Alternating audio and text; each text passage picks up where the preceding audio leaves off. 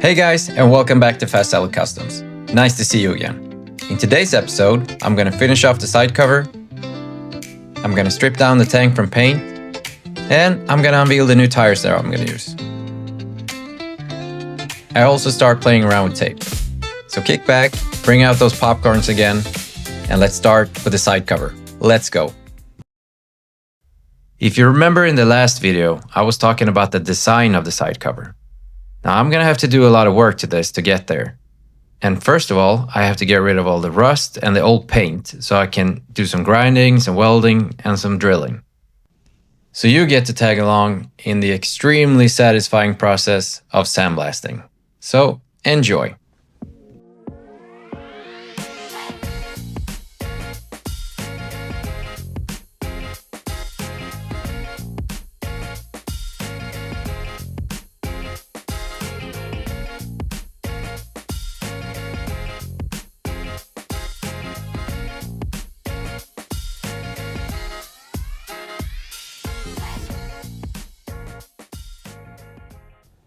I'm kidding.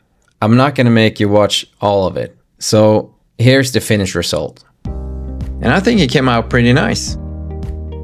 The 504 badge is just on there for measures. It's not attached. But it gives you some idea of how it's gonna look. I've tried to get rid of the traces from the old badge on the side cover.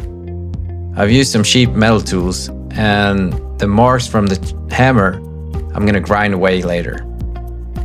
I've also drawn two new circles where I want my ventilation holes to go. And the tool I'm using for this is actually a tool you use to get a perfectly round hole in your kitchen sink for your water tap. So maybe this isn't a good idea, but I thought, who cares? Let's try it. Nobody remembers a coward, right? So let's go.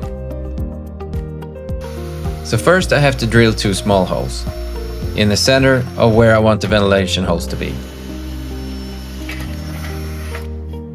Then I have to drill two bigger holes to match the center bolt of the tool I'm gonna use. Fairly good so far. Well, this is a critical part, I guess. Let's just hope this works.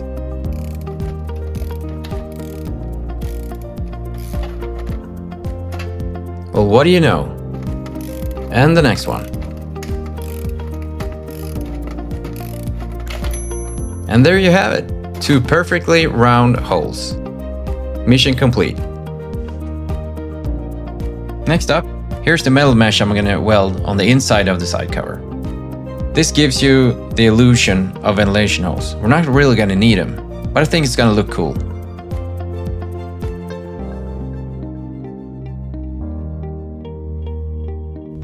So it's back to my bad hairline and some welding.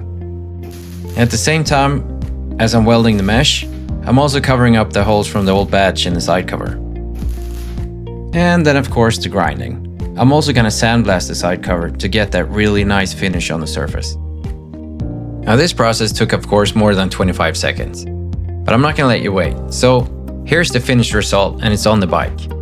I'm gonna come back to it later in the video, but it gives you some idea of where I'm going. What do you think?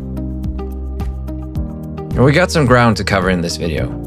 So next up, I'm gonna start with the tank. And I'm putting this paint remover all over the tank. And I'm doing this to save time and money and material. So I won't have to sandpaper all this paint down to the bare metal. I had a really cool idea that you were gonna see a time lapse of the paint crumbling over time. But honestly, this took 5 days. So I'm just gonna skip to the finished result here. And the result, I have to say, is kind of mesmerizing. Take a look. Now look at that. Isn't that cool? Imagine all the time I saved on this. The metal underneath looks really good. It's practically no rust at all. It's kind of like Spider-Man was building a bike here. The areas that you see that are not crumbled are areas where there's Bondo underneath. So there's probably dents under there. But we're gonna have to scrape off this paint to really know. So, here we go.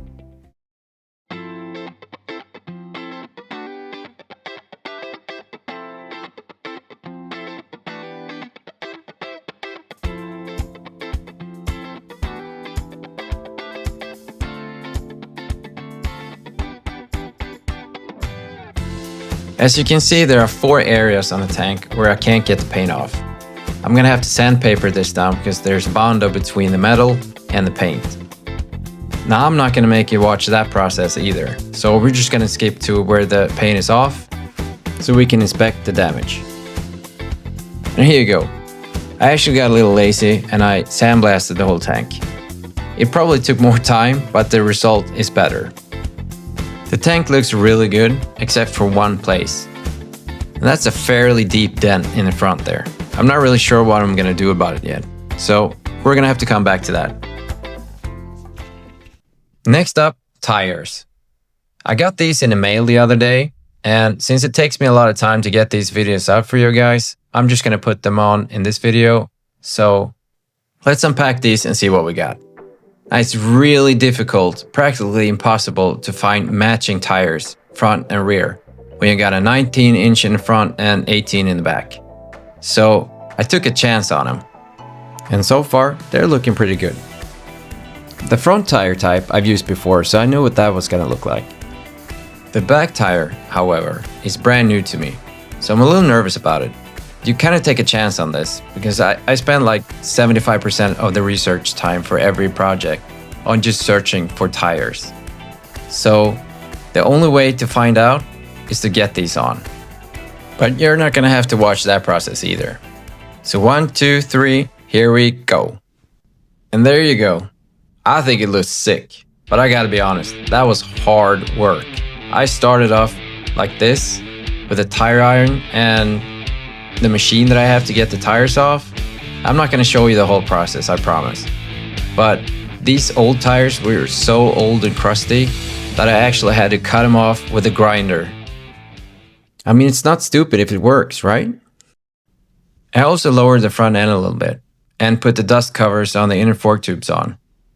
I think it's starting to look pretty good. We're making some progress.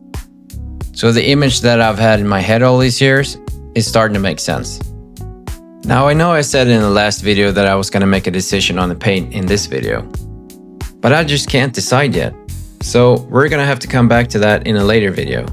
In the meantime, I started to play around with some striping tape to kind of mock up the design for the paint.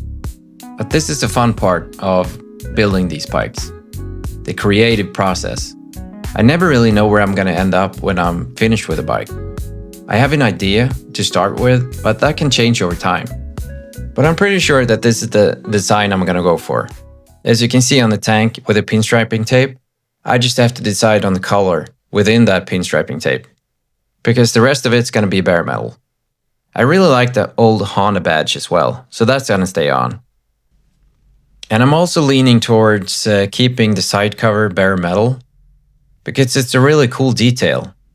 And maybe I have to paint the frame black so the side covers won't disappear. What do you guys think? As I'm starting to wrap this video up, I'm just gonna finish off with some close-ups and some music.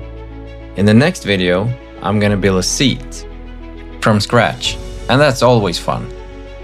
I haven't decided on design for that either, so that's gonna be a really creative process. Now in the meantime, as always, thank you so much for watching. It was nice having you back here, and if you're new, please press the subscribe button if you want to see more of these videos, and maybe even a like. It's totally free and it helps me a lot. And I hope I'll see you in the next video. Have a good one. Peace out.